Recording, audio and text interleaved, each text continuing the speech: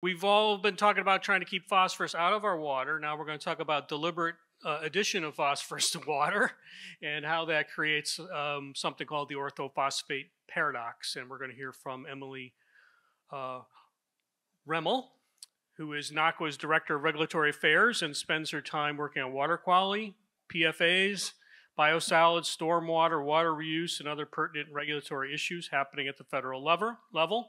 Emily has a bachelor's and a master's degree in zoology from the University of Oklahoma and a Juris Doctorate degree from the Vermont Law School. Let's welcome Emily.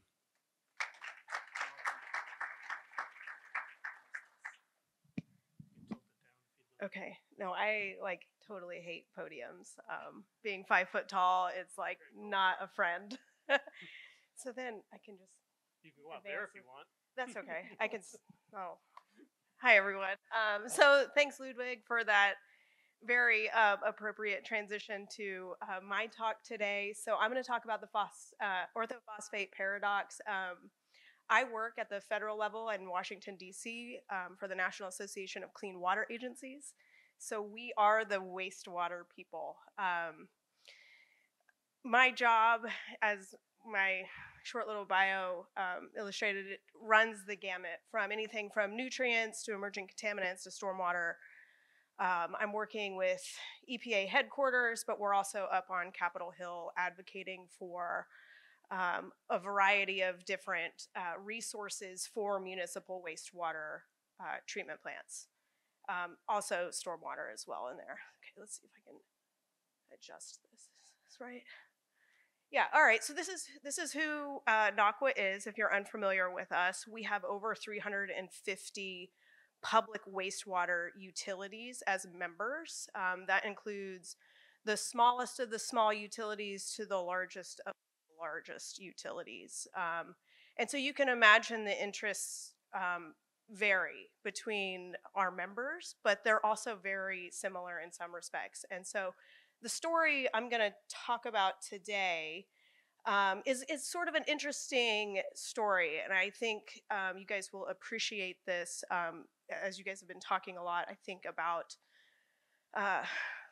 farming and phosphorus generally. Well, this is going to be talking about kind of how this plays out at the policy level when you're kind of merging public health and environmental protection together. All right. So we work mostly in the Clean Water Act space, right? So there's two sides of the coin here. You have the Safe Drinking Water Act, which is the regulation of public drinking water utilities. And then you have the Clean Water Act that kind of oversees wastewater and stormwater utilities. And so NACWA plays in the Clean Water Act. This is your NIPDES permit, your National Pollutant Discharge Elimination System permits.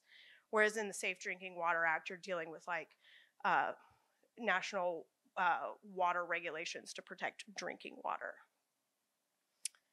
All right, so you might be wondering how I'm going to weave in this conversation to what you've been talking about today.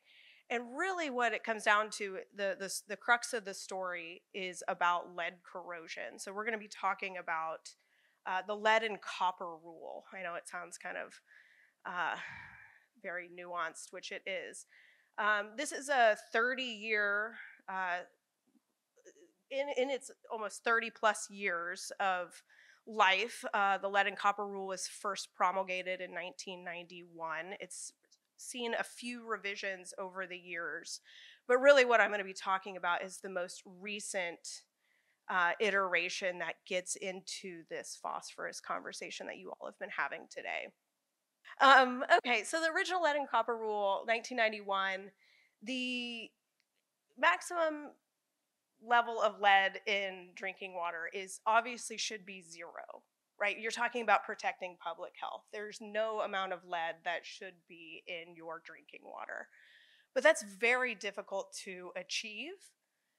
So the US EPA has a 15 milligram per liter action level. So if you trip that level per the 1991 regulations, you have to do X, Y, and Z if you're a drinking water utility. They initiated some tap sampling requirements, and there's some corrosion control treatment if you exceed so many hits on your action level. Now, there have been some updates. We're looking at schools and daycares, and really the focus pre-Flint, Michigan was also on lead service line replacement. Now, that's costly and very difficult when you're a drinking water utility to even understand where some of these pipes are. We do not have a very good inventory in the United States of where our lead service lines are. And then there was a lot of public education. So this is all pre-2014.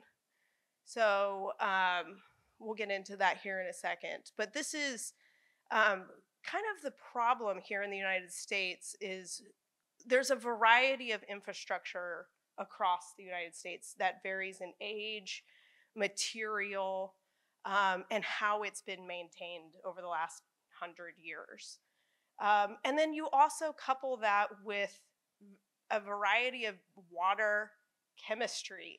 So you have different pHs, you have different alkalinities, you have different inorganic carbons, calcium, and hardness. All of those play a factor in how our infrastructure has aged over the last 100 years.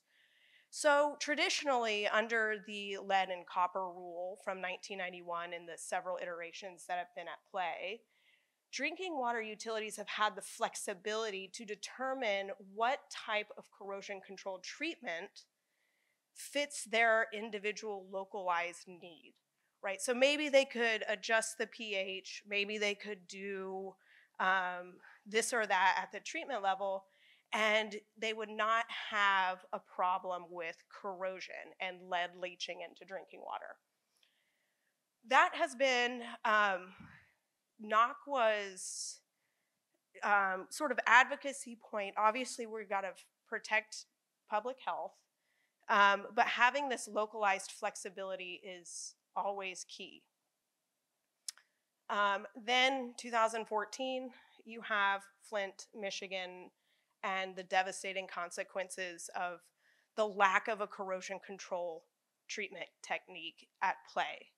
You have lead leaching into disadvantaged communities and a very terrible outcome of a lot of people losing their drinking water.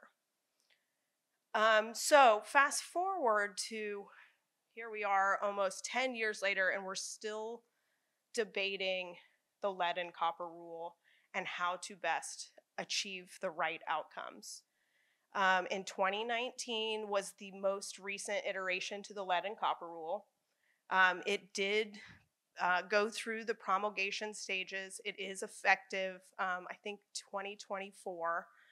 It doesn't change much from the 1991 regulation. It maintains this 15 milligrams per liter action level, but it introduces a 10 milligram per liter trigger level. So if you're a drinking water utility and you trip this 10 milligrams per liter of lead, you have to take additional steps. But that's, okay, that aside, what we're really talking about today is the corrosion control treatment, because this is where the story gets really interesting. From the wastewater side of things, which is where I come from. So in the 2019 lead and copper rule, US EPA is moving away from that flexible approach that it had before and inserting kind of a one-size-fits-all gold standard type of phosphorus as any sort of inhibitor to protect against corrosion control. Or corrosion of lead, excuse me. And so they are recommending all systems use orthophosphate as a corrosion control treatment technique. So here's where the interesting paradigm comes in. When you are intentionally adding phosphorus into the drinking water side of things, you also have to start thinking about intentionally removing even more on the wastewater side of things. And so this is where the dynamic kind of comes into play, where usually the wastewater treatment plant is a separate entity, not always, but In most cases, the wastewater treatment plant in the United States is different from the drinking water utility. They are mostly municipally owned, not always. But we are seeing, and I don't know if there have been talks today or this morning, but increasingly stringent phosphorus effluent limits in wastewater treatment plants as an effort to curb eutrophication and algal blooms. And we're seeing more and more of that across the country. So when you're adding orthophosphate upstream, you're going to have to remove it downstream. So this is just a few quotes from kind of the policy angle that have played out since 2019. Water systems that were assessing corrosion control were not able to say, hey, EPA, this isn't going to work. Our neighbors downstream are going to have a problem with this. EPA did not want drinking water utilities to look at wastewater utilities and make this conclusion that simply based on the increased loading to wastewater treatment plants, you therefore cannot use orthophosphate. That wasn't going to work for them. Their bottom line was protecting public health. They did say you could consider phosphorus removal treatment that might impact the permit and downstream water quality, but bottom line was everyone is going to go to orthophosphate. There were some this was a white paper from EPA that said determining water treatment as optimized can be challenging, given the wide variability in water systems and source water characteristics. Still, bottom line, we're going to orthophosphate. This was interesting too in the economic analysis for the 2019 proposal. EPA acknowledged that this would increase the cost to a wastewater treatment plant, and it estimated the removal of 1 pound of phosphorus at $4.59. We polled some of our members, and we think the cost is more like $13 a pound. And so this kind of ties into what Ludwig was saying in the last talk. The incremental cost, you're going to see a wide range. And here we're still talking. You have to always kind of go back to a higher level and say public health, environmental protection, and they go hand in hand. The conservative estimate using a $4.59 per pound, upwards of $1 million annually. Worst case estimate, you're getting close to $2 million annually. That's using that lower cost that EPA put forward in their economic analysis. So here's kind of an interesting story where we think the policy should catch up to kind of the practicality. If you're going to ask wastewater treatment plants to remove upwards of $2 million worth of added phosphorus, is there a better way to spend those dollars? And so this is kind of a localized case example that played out in Denver, Colorado. So you have Denver Water, municipally owned. You have Metro Water Recovery, also municipally owned. They're two separate entities. You have one ratepayer, right?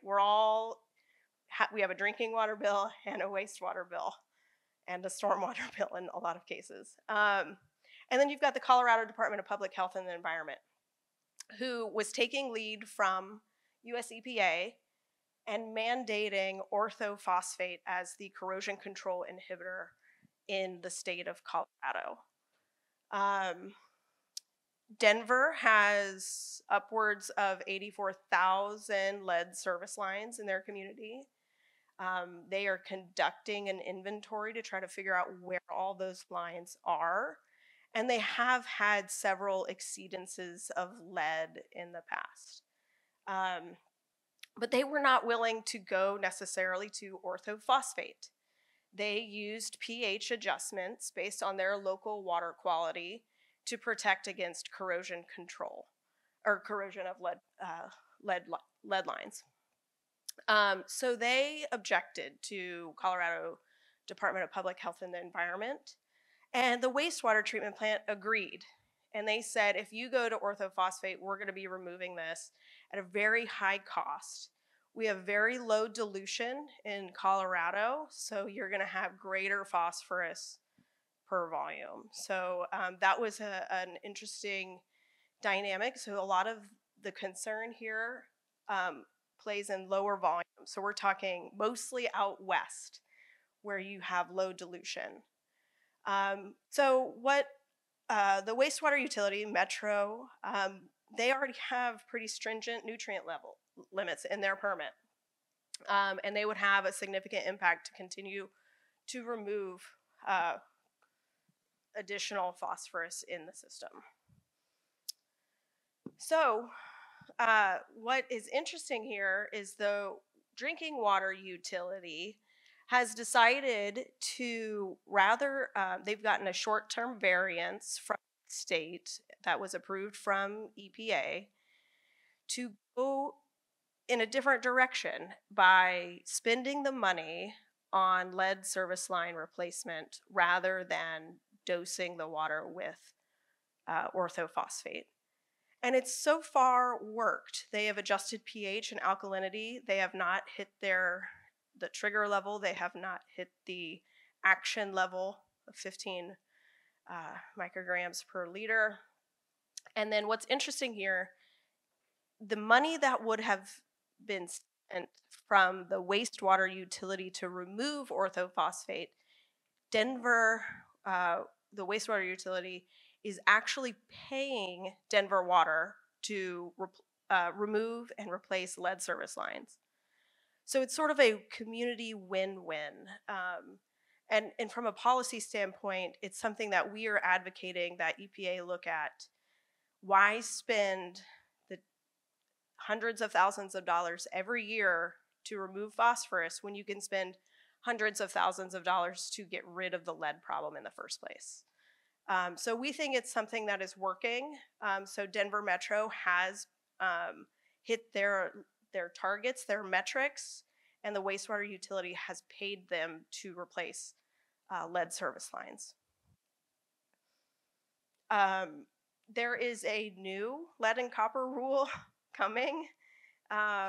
First of the year, we've heard that this trigger level of 10 could be the new action level. So we are seeing more stringent drinking water regulations for the protection of lead.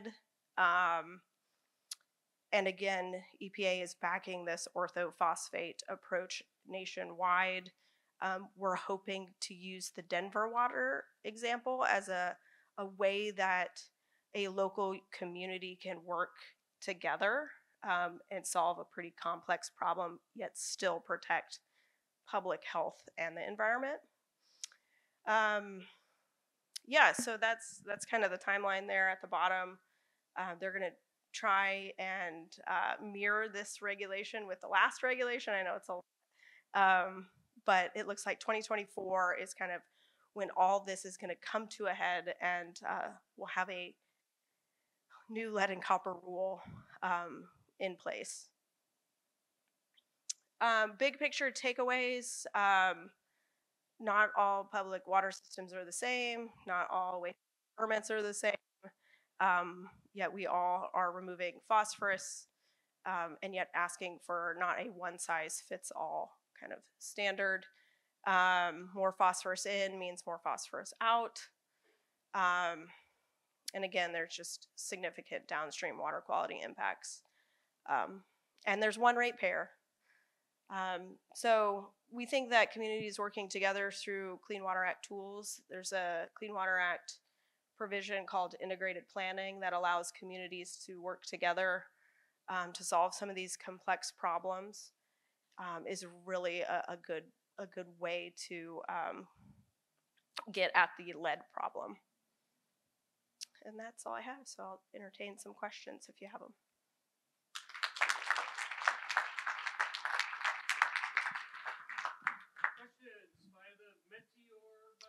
I have one on Mentee. It says, Emily, in general, how can one find a database that shows national stormwater MS4 permits for phosphorus reduction permit requirements? That's a good question. A national database for stormwater permits. Stormwater permits are typically issued by the state. I don't actually know of a national repository for state permits. You might be able to look for individual permits, individual MS4 permits using EPA's website. But that's kind of a tricky question. I'd encourage them to email me. I could maybe help find that. I was wondering, like, I think you may have mentioned this, but I want to make sure I understand. Do you have a sense of why EPA was so committed to orthophosphate? Because I can see the argument for like reducing regulatory flexibility given the failure in Flint. But it's interesting to me that EPA was just like only orthophosphate. Can you comment a little bit on that? No, I think that's a great question, and that's pretty spot on. I think it was just easier because when you start to ask the 16,000 wastewater treatment plants and the 50,000 drinking water utilities in this country to come up with their own flexible approach, it was just easier to go orthophosphate. It is a known protector of corrosion, of lead, so it was just easier that way than allowing the numerous entities to come up with their own flexible approach, is my guess. I have another question on Mentee that says, Denver Metro is a top-tier utility. Is their strategy feasible for mid and lower tier utilities who don't know what assets they have in the ground? I think so. Yeah, that question is spot on. Denver is the largest utility in the state, so they have a lot of resources that small municipalities might not. But that is a good question. It's totally feasible to work with your wastewater utility and your state to help identify some of those lead service lines. And the bipartisan infrastructure law that was passed has money for lead service line replacement and identification of lead service lines. Not enough to replace all the lead service lines in this country, but enough to get communities started.